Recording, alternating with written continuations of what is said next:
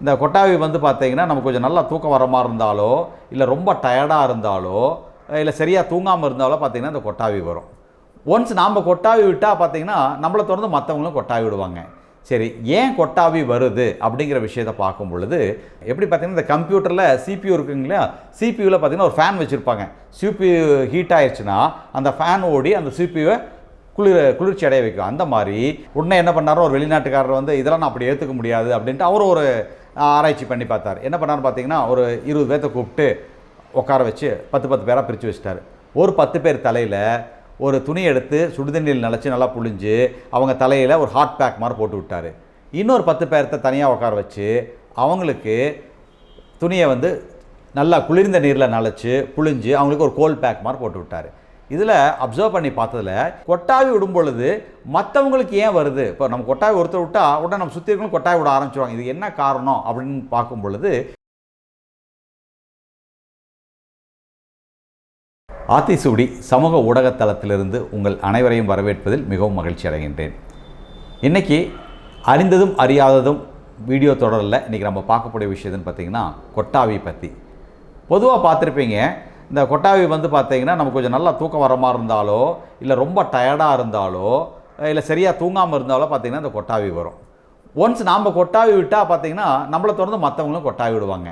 சரி, ஏன் கொட்டாவி வருது அப்படிங்கிற விஷயத்தை பார்க்கும் பொழுது சமீபத்தில் ஒரு ஆய்வில் சொல்லியிருந்தாங்க. முன்னாடியெல்லாம் பார்த்திங்கன்னா கொட்டாவி வர்றதுக்கான காரணம் மூளைக்கு ஒரு போதுமான ஆக்சிஜன் கிடைப்பதில் இல்லை உடம்புக்கு போதுமான ஆக்சிஜன் பத்தாதப்போ நுரையீரல் தூண்டப்பட்டு நிறைய ஆக்சிஜன் உள்ளே வர்றதுக்காக ஒரு விரிவான ஒரு சுவாசத்தினுடைய விஷயந்தான், ஒரு மிகைப்படுத்தப்பட்ட சுவாசத்தினுடைய விஷயமாக தான் கொட்டாவை எல்லாரும் பார்த்தாங்க.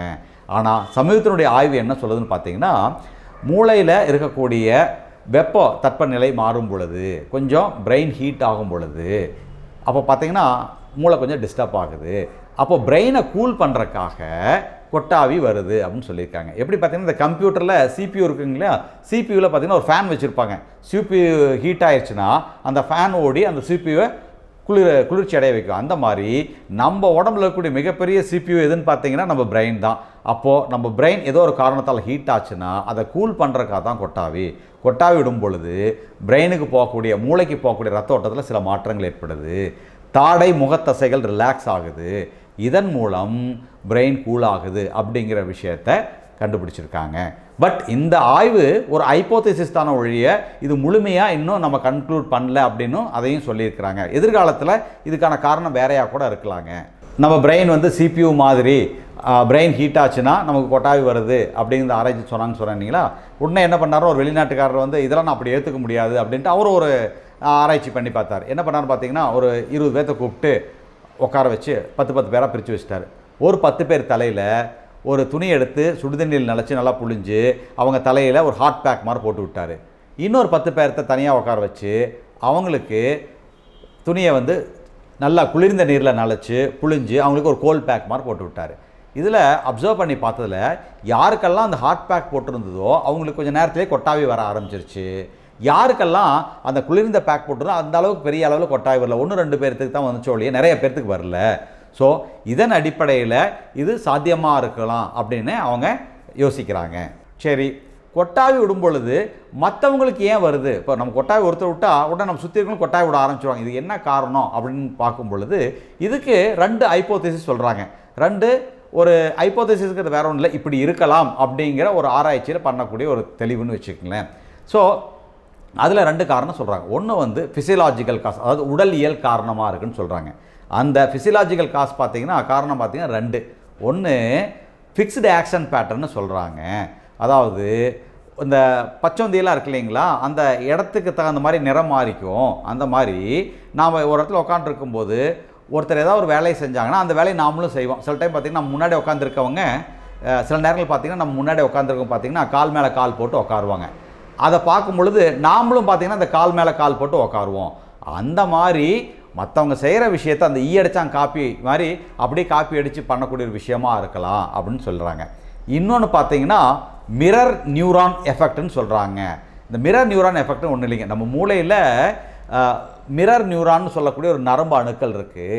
இந்த நரம்பு அணுக்கள் என்ன பண்ணுது பார்த்திங்கன்னா கண்ணாடியை பார்க்கும் பொழுது நம்மளுடைய உருவம் பிரதிபலிக்குதுங்களா, அந்த மாதிரி நாம் ஒருத்தரை பார்த்த உடனே அவங்க என்ன செய்கிறாங்களோ அந்த விஷயத்தை பார்த்து அப்படியே நாமளும் காப்பி பண்ணக்கூடிய விஷயத்துக்கு காரணம் இந்த மிரர் நியூரான் தான்.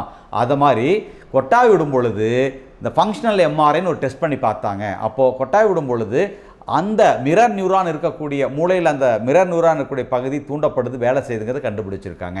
ஸோ உடலியல் காரணமாக இந்த 2 காரணம் சொல்லியிருக்காங்க. அதை தாண்டி மனோதத்துவ ரீதியான காரணம், சைக்கலாஜிக்கல் காசு என்னன்னு பார்த்தீங்கன்னா எம்பத்தட்டிக் ரீசன்னு சொல்கிறாங்க. அதாவது உன்னிடத்தில் நான் இருந்தால் உன்னோட விஷயத்தை நான் எப்படி உணர்வேன் அப்படிங்கிற தன்மை மனிதர்களுக்கு எப்போதும் இருக்கும். யாருக்கா ஒரு கஷ்டம் வந்துச்சுன்னு பார்த்தீங்கன்னா அவங்களுக்கு போய் அந்த கஷ்டம் நமக்கு இருந்தால் எப்படி இருக்கும் அப்படி மாதிரி உணர்ந்தே அவங்களுக்கு நம்ம சப்போர்ட் பண்ணி ஒரு ஆறுதல் பண்ணுவோம் இல்லைங்களா.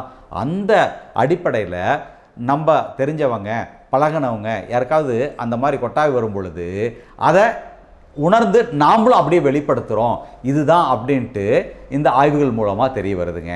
ஸோ இதுதாங்க கொட்டாவிக்கான காரணம். ஸோ என்ன நேயர்களே, கொட்டாவி பற்றி உங்களுக்கு புரிஞ்சிருக்குன்னு நினைக்கிறேன். இந்த வீடியோ உங்களுக்கு பிடித்திருந்தால் லைக் பண்ணுங்கள், ஷேர் பண்ணுங்கள், கமெண்ட் பண்ணுங்கள். நன்றி, வணக்கம்.